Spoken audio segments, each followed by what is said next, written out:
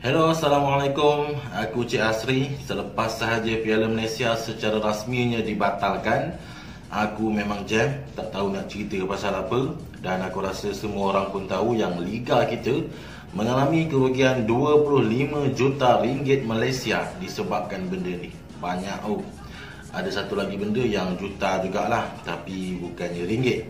22 juta undian. Aku pun tak tahu celah bedah mana yang undi dia sampai 22 juta. Tapi tak apalah, dia pun dah menang, itu rezeki dia.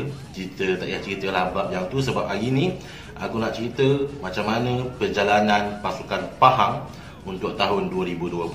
Untuk Liga Super, Pahang menamatkan saingan di kedudukan yang ke-8, mencatat 4 kemenangan, 2 seri dan 5 kekalahan, hanya berjaya mengutip 14 mata daripada 11 perlawanan. Dalam kesemua perlawanan yang pasukan Pahang ni lalui, apa yang aku tengok ada 4 perlawanan yang pasukan Tok Gajah ini mensia-siakan peluang bagi mereka mengutip 3 mata penting. Contohnya macam lawan DJ City, UiTM, Felda United, lawan Perak. Dekat situ saja Pahang dah rugi 10 mata.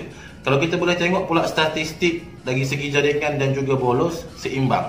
18 jaringan dan 18 kali bolos untuk 11 perlawanan dalam Liga Super pada tahun ini. Kalau kau tanya aku kenapa prestasi Pahang pada musim ni tak berapa menjadi, aku dah pernah cerita sebelum ni yang Pahang kehilangan ramai tonggak penting yang menjadi player mereka masa 2019. Kalau kau boleh sebutkan sekali lagi dekat sini, Lazarus Kaimbi dan juga Kecik berhijrah ke Kelantan. Mat Yu berpindah ke kelab di Liga Thailand, Sadir Ramdhani, Safwan Baharudin ke Selangor, dan Pahang juga turut melepaskan Matthew Davis ke JDT. Bagi aku, player keluar masuk dalam sesuatu pasukan itu adalah lumrah dalam bola sepak. Tapi yang menjadikan masalah untuk pasukan Tok Gajah ni, player yang masuk tu untuk tahun 2020 ni tak mampu untuk memberikan impact dan komitmen yang lebih kurang sama macam player untuk tahun 2019.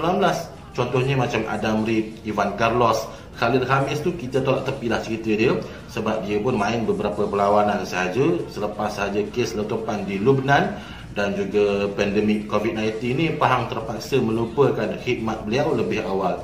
Gopi Rizki selama ni hanya duk panaskan bangku simpanan, balik semula ke Pahang, sudahnya jadi apa?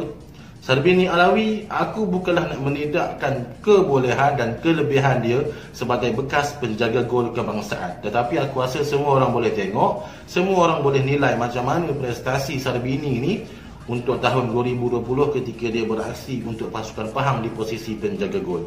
Kalau kita tengok pula squad depth pasukan Pahang ni memanglah tak solid macam season lepas. Untuk posisi penjaga gol, awal-awal Pablo Dolah memberi kepercayaan kepada Sarbini Alawi untuk menjadi penjaga gol utama pasukan Pahang.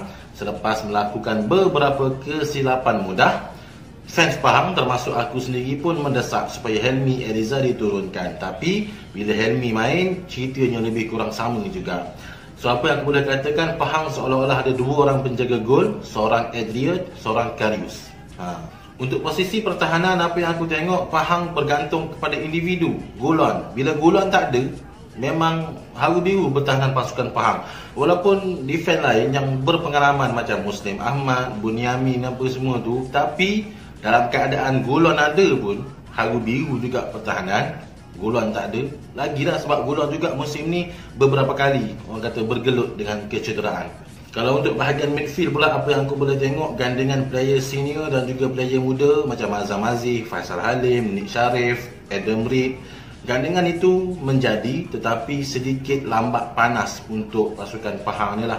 Tapi kita pun tahulah yang Nick Sharif dan Faisal Halim akan meninggalkan pasukan Pahang, itu kejap lagi kita cerita. Striker, apa yang aku boleh katakan, Dickson Wakame zaman dia dah habis. Dickson yang sekarang bukan lagi Dickson yang dulu. Dengan usia 30 lebih, aku rasa Pahang dah boleh lepaskan dia dan cari player lain. Ivan Carlos, walaupun dia merupakan penjaring gol terbanyak untuk Pahang tahun ini, 6 gol, aku masih belum nampak yang dia relevan untuk pasukan Pahang. Walaupun aku tak suka dia bagus, okey, cuma Pahang bukan tempat dia, itu je. Kes Sumareh dengan PBNP, aku tak nak cerita apa-apa yang tu sebab walaupun PBNP ada buat hukuman pergantungan 2 tahun ke apa, walaupun ada ramai yang cakap PBNP short sendiri ke apa ke, aku tak nak komen apa-apa buat yang tu. Cuma Sumareh ni Selangor dah tarik diri untuk mendapatkan beliau. So kita tengok lepas ni dia pergi mana. Drama ni dulu dah pernah tayang, cuma dia tukar pelakon je. Kita tengoklah nanti apa akan jadi untuk kes Sumareh ni. Setakat ni yang sah akan meninggalkan pasukan Pahang, Dickson. Tak tahu ke mana lagi ada tuju dia. Faisal Halim Miki berkemungkinan akan ke Terengganu. Dalam kes Faisal Halim ni, apa yang aku boleh katakan, kesilapan itu datang daripada PBNP. Lambat menawarkan kontrak baru kepada dia. So nak buat macam mana, siapa suruh lambat? Tapi apa-apa pun kita boleh tengoklah PBNP dengan last minute ni berpisah tiada. Nik Sharif akan ke Selangor. Tapi tak kisahlah siapa pun yang akan meninggalkan pasukan Pahang selepas ini. Aku nak ucapkan terima kasih, jutaan terima kasih atas segala sumbangan dan juga pengorbanan sepanjang anda menyarung jersey pasukan Tok Gajah. Untuk jurulatih Bos Pablo, aku tak komen apa-apa juga. Walaupun ada beberapa pasukan yang dah pun menukar jurulatih, ada yang akan kekalkan jurulatih. Untuk pasukan Pahang, aku nak korang yang komen dekat bawah, sama ada nak Dollah Saleh ni dikekalkan ataupun Pahang perlu menukar jurulatih. Untuk season baru tahun hadapan, MFL telah pun mengeluarkan jadual untuk liga kita ni bermula lah. Tapi aku ni tak mengharap sangat, sebab Piala Malaysia yang tengah elok-elok main pun boleh dibatalkan, apa lagi yang belum mula. Andai katalah liga kita ni masih lagi belum dibenarkan bermain, aku nak cadang kepada MFL untuk buat satu anugerah, iaitu anugerah pemain bola sepak paling popular. Untuk bekas-bekas player mungkin MFL boleh jemput untuk buat satu pertandingan yang kita namakan Bola Vaganza. Sebab dalam pandemik COVID-19 ni kita boleh tengok banyak industri yang terjejas, antaranya bola sepak. Jadi satu benda yang aku nak cakap, jangan nak tirikan bola sepak, kerana peminat bola sepak dan player bola sepak tempatan, kami juga rakyat Malaysia. Aku jumpa korang dalam video yang akan datang. Terima kasih kerana menonton. Bye-bye.